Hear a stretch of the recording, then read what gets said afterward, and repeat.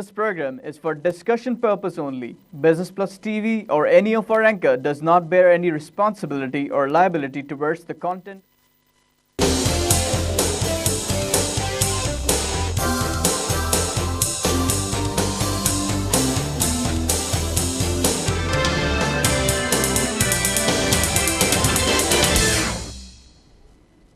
नाजरीन, welcome to the market show. मैं हूं अली नासिर।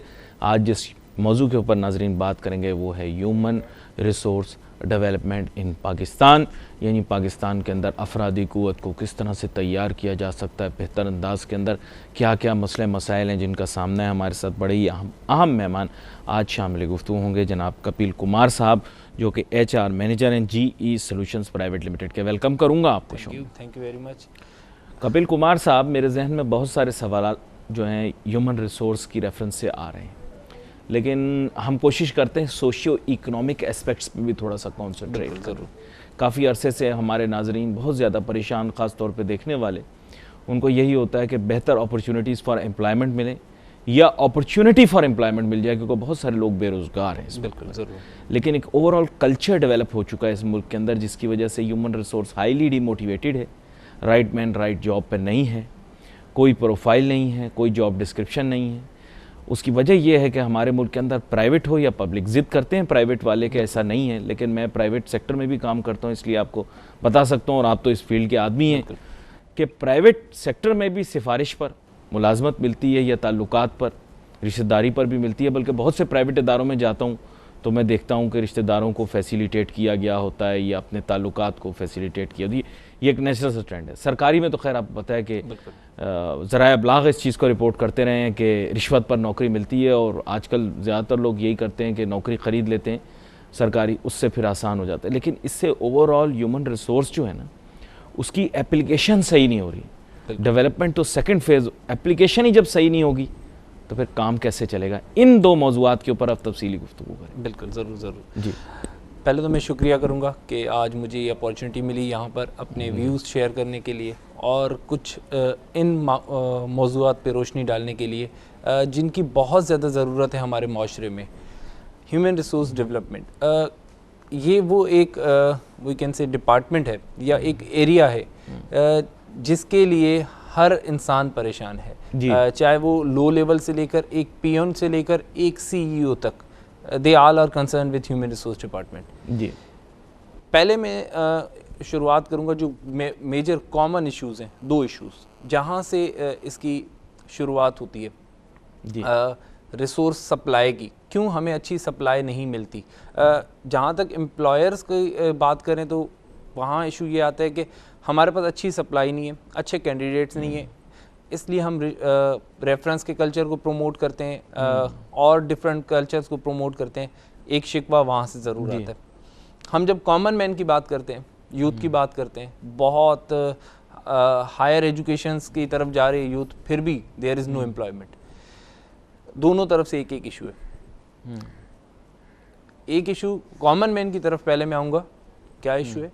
हमारे पास एम्प्लॉयमेंट अपॉर्चुनिटीज़ तो बहुत ज़्यादा हैं, एम्प्लॉयबिलिटी की बहुत ज़्यादा कमी है।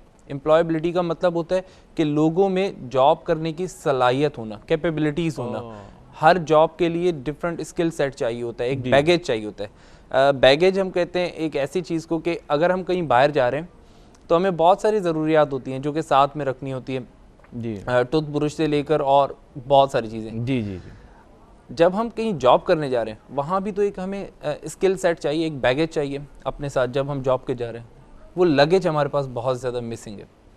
डिग्रीज तो हैं हमारे पास, बहुत ज़्यादा टैलेंटेड लोग हैं हमारे पास जो यूथ है, we can say one of the skilled youth of the world, दुनिया में बहुत ऊँचे मकाम पे आते हैं हम। फिर भी इशू क्या है? The counselling, the area of counselling, career management, जो कि शायद उसके रीजंस दो हैं।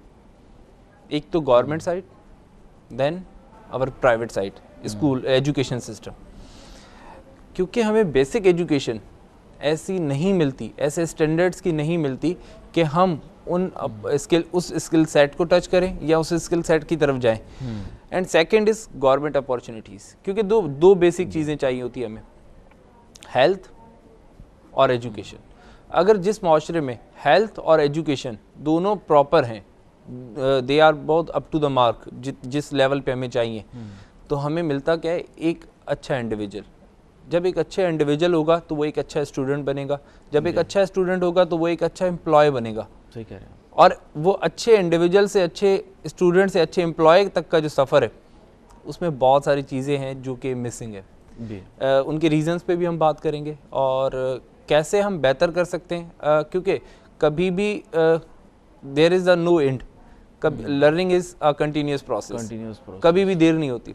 बिल्कुल आप सही कह रहे हैं। यहाँ पर असल में बुनियादी मसला जो आपने काउंसलिंग का कहा, उसमें एक वजह ये भी होती है क्योंकि बच्चों को आज़ादी से सोचने की इजाज़त नहीं होती। तो फिर क्या होता है कि जब तालीम तो हासिल कर लेते हैं, फिर उसके बाद वो कंफ्यूज्ड होते हैं। वालिदैन की जानिब से उनको काउंसलिंग सही नहीं हुई होती, ना वालिदैन कभी कभार मेंटरिंग सही से कर भी नहीं सकते क्योंकि वो एक मुख्तलिफ फील्ड से बिलोंग करते हैं। बच्चे आजकल बस कहते हैं कि हमारे ऊपर छाप लग जाए, मतलब जैसे प्रिंटिंग प्रेस में जाके लोग मोहर लगवा लेते हैं ना, तो बच्चे चाहते हैं हम पे ठप्पा लग जाए, MBA का ठप्पा लग जाए, कोई कहता है मुझे इंजीनियर का ठप्पा लग जाए। यानी हमारे यहाँ ठप्पे लगवा रहे हैं ज़्यादा बच्चे। तो वो फिर माइंडसेट नहीं है उनका। वो माइंडसेट क्यों नहीं है? क्योंकि ये मेरा कहना है कि हमने जो अपना कैरियर डिसाइड करना होता है वो मैट्रिकुलेशन में हो जाता है। वहीं पता चल जाता है कि हमें कहाँ जाना है, व्हाट्स माय पोजीशन। तो हर बच्चा पाकिस्तान में पायलट बनना चाहता है। बिल्कुल। 8वीं जमात तक मैंने हर बच्चे से पूछा, बेटा आप क्या बनना चाहते हो? बोलता है मैं पायलट बनना चाहता हूँ। और अगर आप बेटियों से पूछेंगे तो वो डॉक्टर बनना। हाँ, ये भी बात सही है, बिल्कुल। इसमें जो सबसे बड़ा रोल है वो प्ले करने वाले पेरेंट्स है, क्योंकि जब बच्चा पैदा होता है हम उन्हें बोल देते हैं कि आपको ये बनना है।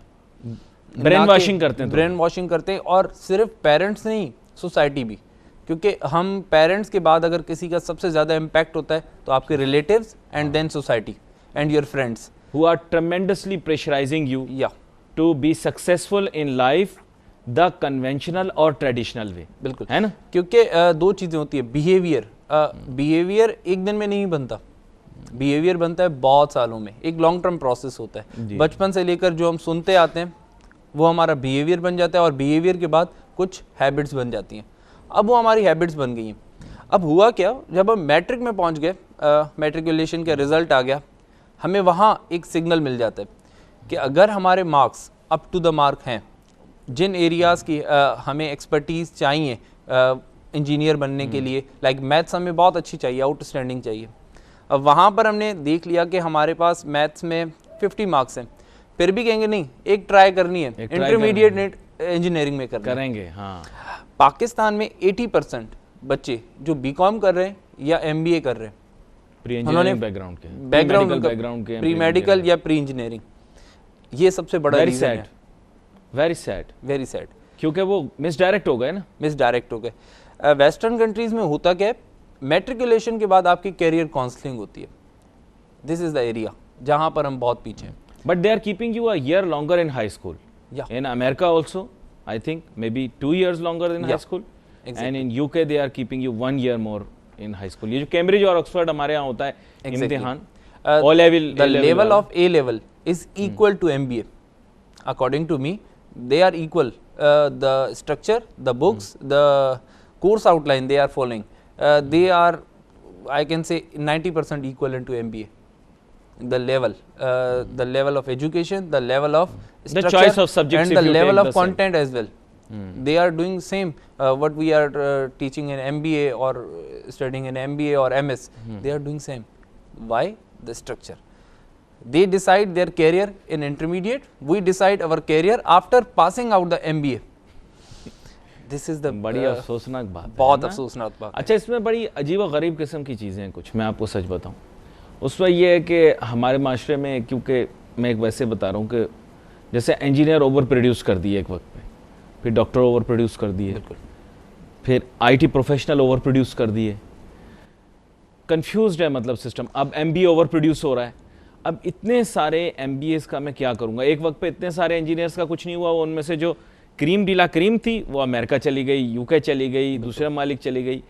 डॉक्टर्स ओवर प्रोड्यूस किए, उसमें से जो क्रीम डिला क्रीम थी अमेरिका चली गई, UK चली गई, यूरोपियन कंट्रीज़ में चली गई, UAE, मशरिक़ वस्ता वगैरह चले गए। अब एमबीए ओवर प्रोड्यूस हो रहा है, ये तो कहीं जा ही नहीं सकता क्योंकि एमबीए जेनरिक है, वहां ऑलरेडी फैक्ट बताता हूँ आपको, ओवर सप्लाई है। जो इंजीनियर्स बन गए उनका कैरियर, क्योंकि मैंने आपको कहा मैट्रिक में डिसाइड हो गया था, they are engineers, they become engineer.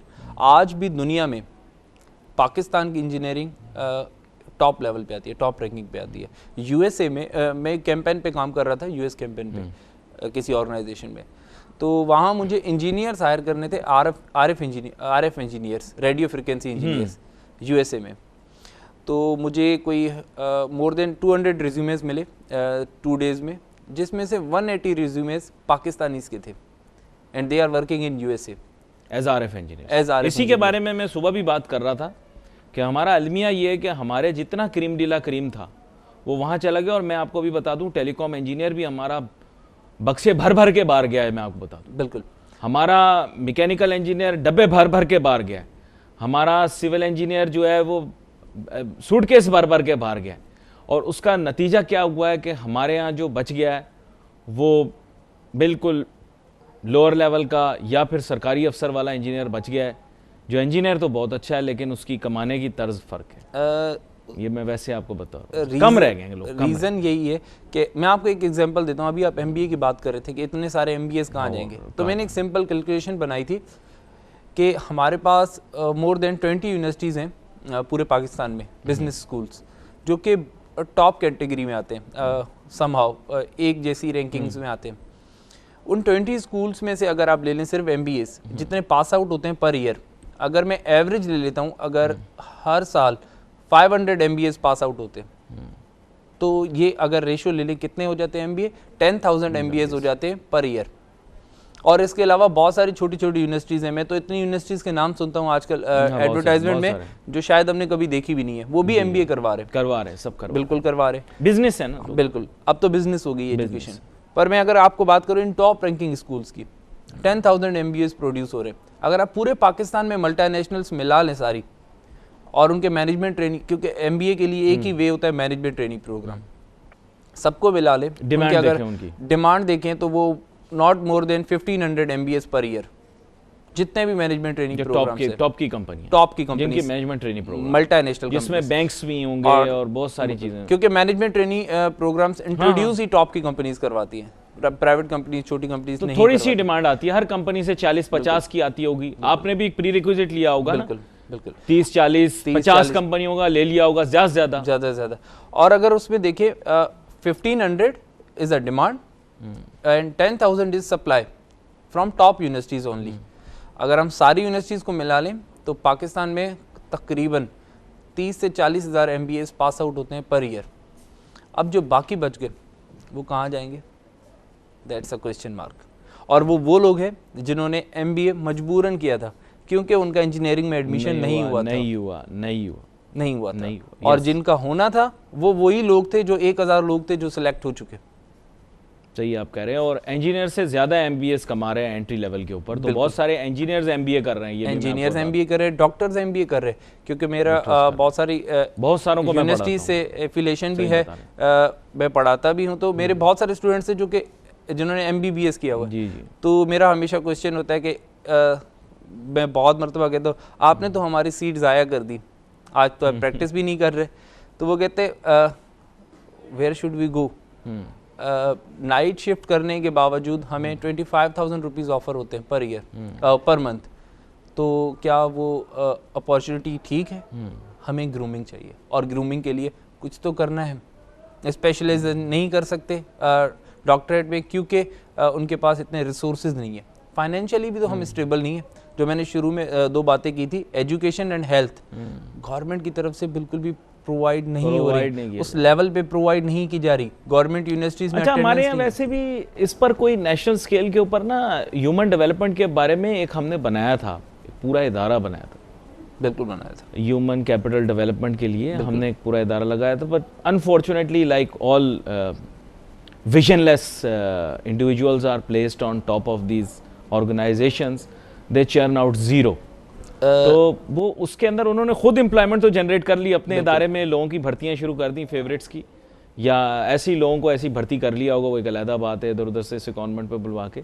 लेकिन frankly speaking they did not deliver a result. और इसके अलावा अब आप देखें, मैं ये देखता हूँ कि कुछ इन्होंने स्कीम्स बनाई हैं, इंटर्नशिप स्कीम्स, बिल्कुल गवर्नमेंट ने भी बनाई हैं। बिल्कुल। वो इंटर्नी स्कीम्स जो है ना, वो मेरा ऐसा ख्याल है कि वो अपनी जो पॉलिटिकल सपोर्ट के लिए लोगों को क्यूमुलेट करने के लिए करते हैं। मैं अगेन एक और सवाल करना चाहूँगा इस पे आपसे कि जितनी भी इंटर्नशिप स्कीम्स है, क्या इनके पास कोई कैरियर पाथ है?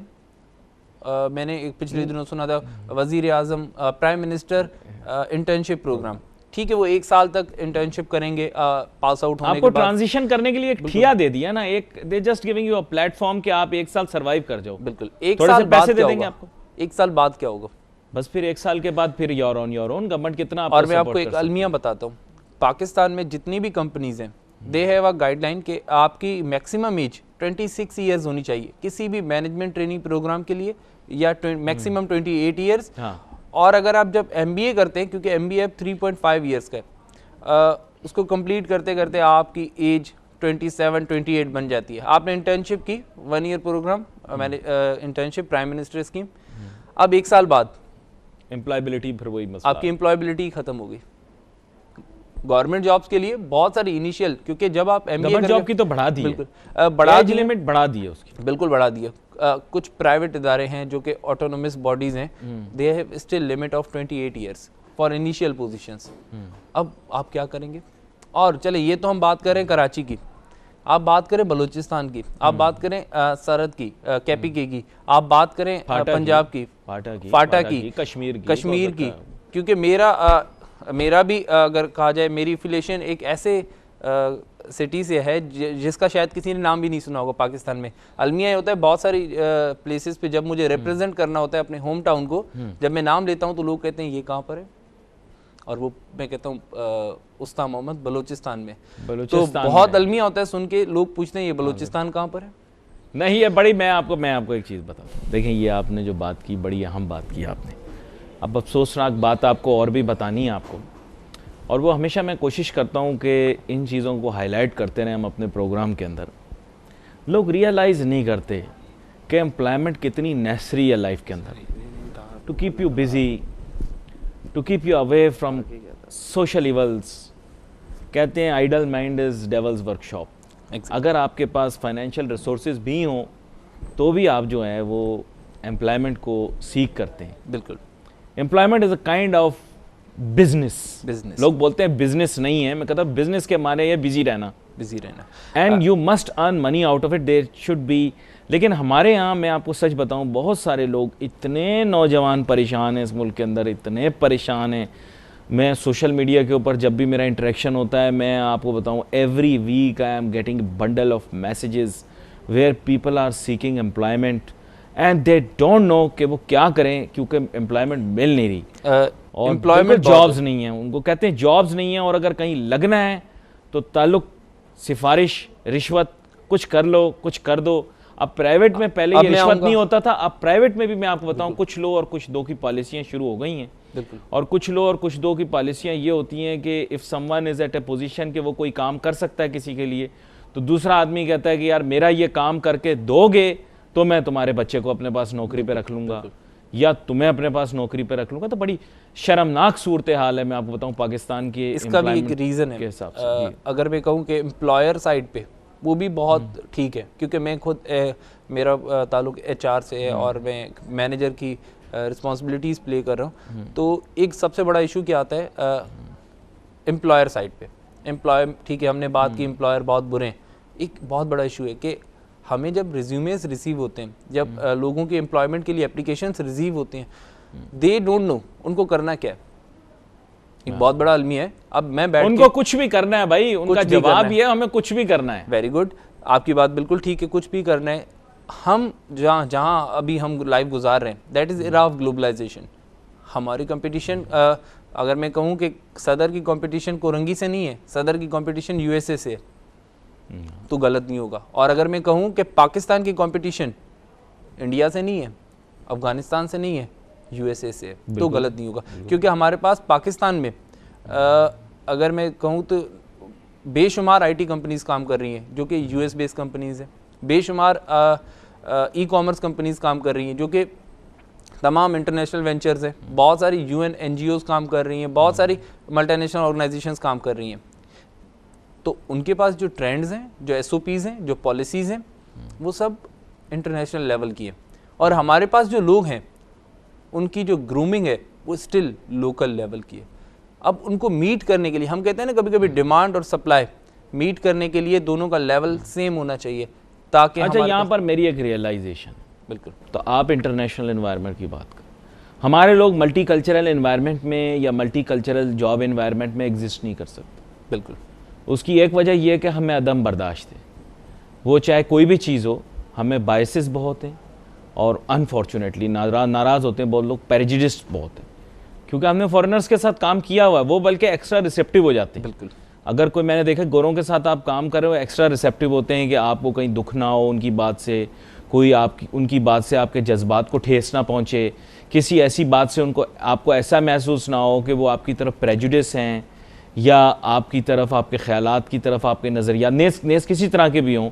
और अब तो आपको पता है इतना ज़्यादा प्रेशर होता है ये इसका कि आपकी रंगत की जानिब भी, आपकी कौमियत की जानिब भी, आपकी एथनिसिटी के बारे में भी कोई ऐसी बात वो कह ना दें, क्योंकि जॉब एनवायरनमेंट्स के अंदर, वेस्ट के अंदर तो अगर आपने किसी को कुछ कह दिया और उसने कहा कि जी आपने तो मेरे साथ डिस्क्रिमिनेशन की है, तो बस फिर उसके बाद उसकी नौकरी का पता नहीं, लेकिन आपकी नौकरी गई। यही डिफरेंस होता है लोकल ऑर्गेनाइजेशन और मल्टीनेशनल में। वहाँ पर EEO, इक्वल एम्प्लॉयमेंट अपॉर्चुनिटी का कॉन्सेप्ट 100% नहीं तो 90% फॉलो हो रहा होता है। वो किसी को ऐसे रिजेक्ट नहीं कर सकते किसी के रिलीजन की बेसिस पे, किसी की डिसेबिलिटी की बेसिस पे। डिसेबल लोग भी पूरा काम कर सकते हैं, they can work like. America में एज पर भी नहीं कर सकते, एज पे भी नहीं कर सकते, और बहुत सारी चीज़ें होती है, जेंडर पे नहीं कर सकते। इशू है पाकिस्तान में क्या, जेंडर कंपनसेशन बहुत ज़्यादा बड़ा इशू है। लड़कियां घर से बाहर काम नहीं कर सकती, जबकि Pakistan is we can say we have highest growth of women empowerment. आज से अगर 5 साल पहले देखें, इतनी खवातीन किसी शोबे में नहीं थी जितनी अब हैं। अब आपको हर जगह पे खवातीन का पूरा नुमाया रोल नज़र आता है। जी जी बिल्कुल। उसका रीज़न ये है क्योंकि उनकी एकेडमिक परफॉर्मेंस भी वैसी ही है। अगर आप पोजीशन होल्डर्स देखें, अभी मैट्रिक की पोजीशन होल्डर्स शायद 3 में से 2 लड़कियां थी रिसेंटली। सर सारी इंजीनियरिंग यूनिवर्सिटियों में, सारी मेडिकल यूनिवर्सिटियों में, पूरे पाकिस्तान की बात कर रहा हूँ एग्रीगेट, तो मैं आपको बताऊँ खवातीन की टॉप पोजीशंस होती हैं। लेकिन मैंने एक दफ़ा पूछा बहुत सारों से, तो उन्होंने बोला जो टॉप पोजीशन होल्डर है या ये वो, उन्होंने प्रैक्टिस ही नहीं की, उनकी शादी हो गई, वो चली गई। कोई इंजीनियर थी, टॉप पोजीशनें लेते हैं, टॉप पोजीशनें लेने के बाद बच्ची बड़ी लायक है, रिश्ता करते वक्त ये बड़ा अच्छी क्वालिटी समझी जाती। फर्स्ट पोजीशन ली थी इसने, मैट्रिक में फर्स्ट पोजीशन ली थी इसने इंटर बोर्ड के अंदर, ये बड़ी अच्छी सुलझी हुई बच्ची है, रोटियां भी गोल बनाती है, बिल्कुल। और इसके साथ ही बच्ची की शादी हो जाती है, और जो है वो उसके बाद ना कभी प्रैक्टिस करती। बहुत से मैंने कहा कि आप प्रैक्टिस करें, तो उन्होंने कहा कि अब हमने एजुकेशन ली थी, क्योंकि हम नहीं रहे, बिल्कुल सिस्टम में नहीं रहे, तो मे भी हमारी एप्लीकेशन ऑफ नॉलेज नहीं अब हो पाएगी, क्योंकि 10 ईयर्स हो गए, हमारे बच्चे हो गए। बहुत सारी ऐसी हैं जो कि हाउसवाइफ्स काफ़ी अरसे तक रही हैं, 15 ईयर्स तक हाउसवाइफ्स रही हैं, तो वो कभी कभार पूछती हैं, तो मैं कहता हूँ आप डॉक्टर हैं, आप प्रैक्टिस नहीं कर रही, क्या वजह? डॉक्टर्स फिर भी कर लेती हैं, specially if their field is related to women. मैंने ये देखा है, करती हैं if their field is related to women, या जनरल फिजिशियन होती हैं तो वो करती हैं। इंजीनियर्स तो बेचारी नहीं आती, मैं आपको बता रहा हूँ। वैसे इस पे मैं अगर एक रोशनी डालना चाहूँगा, पिछले दिनों एक टेलीकॉम कंपनी, बहुत बड़ी टेलीकॉम कंपनी पाकिस्तान की, उन्होंने एक प्रोग्राम लॉन्च किया था वुमेन एम्पावरमेंट का, कि वर्क अगेन वुमेन। जितनी खवातीन 3-4 साल से काम छोड़ चुकी हैं किसी भी रीज़न की बुनियाद पे, उनसे रीज़न नहीं पूछा जाएगा, दे कैन रीज्वाइन। और वो एक बहुत बड़ी, एक मैं कहूँगा अच्छी CSR एक्टिविटी थी। पर वो मुझे अलमिया ये सिर्फ एक ऑर्गेनाइजेशन की तरफ से नज़र आई, और मुझे नहीं पता उसके क्या रिजल्ट से, क्या उस पर रिस्पॉन्स था। आई होप से अच्छा रिस्पॉन्स रहा होगा जी। अब पाकिस्तान, अब ज़रूरत क्या है? सबसे बड़ी ज़रूरत है हमारे पेरेंट्स को अंडरस्टैंड करने की, बिकॉज क्योंकि कैरियर काउंसलिंग स्कूल से नहीं मिल रही, कॉलेज से नहीं मिल रही, अलमिया ये यूनिवर्सिटीज से भी कैरियर काउंसलिंग नहीं मिल रही, बहुत हद तक नहीं मिल रही। होता है कैरियर काउंसलर यूनिवर्सिटी के अंदर, लेकिन वो बेचारा ऐसा होता है जिसका करियर कहीं भी नहीं चला, वो बेचारा आके करियर काउंसलर बन गया यूनिवर्सिटी में। एग्जैक्टली। देखिए मैं आपको बता दूं, खुली बात कर देता हूं मैं, तो वो बेचारा जिसको कहीं भी मुलाजमत नहीं मिलती, वो यूनिवर्सिटी में करियर काउंसलर बन जाता है, जिसको हम बहुत सारे मेरे दोस्त नाराज हो जाएंगे, लेकिन कहते हैं और बहुत कुछ कहते हैं।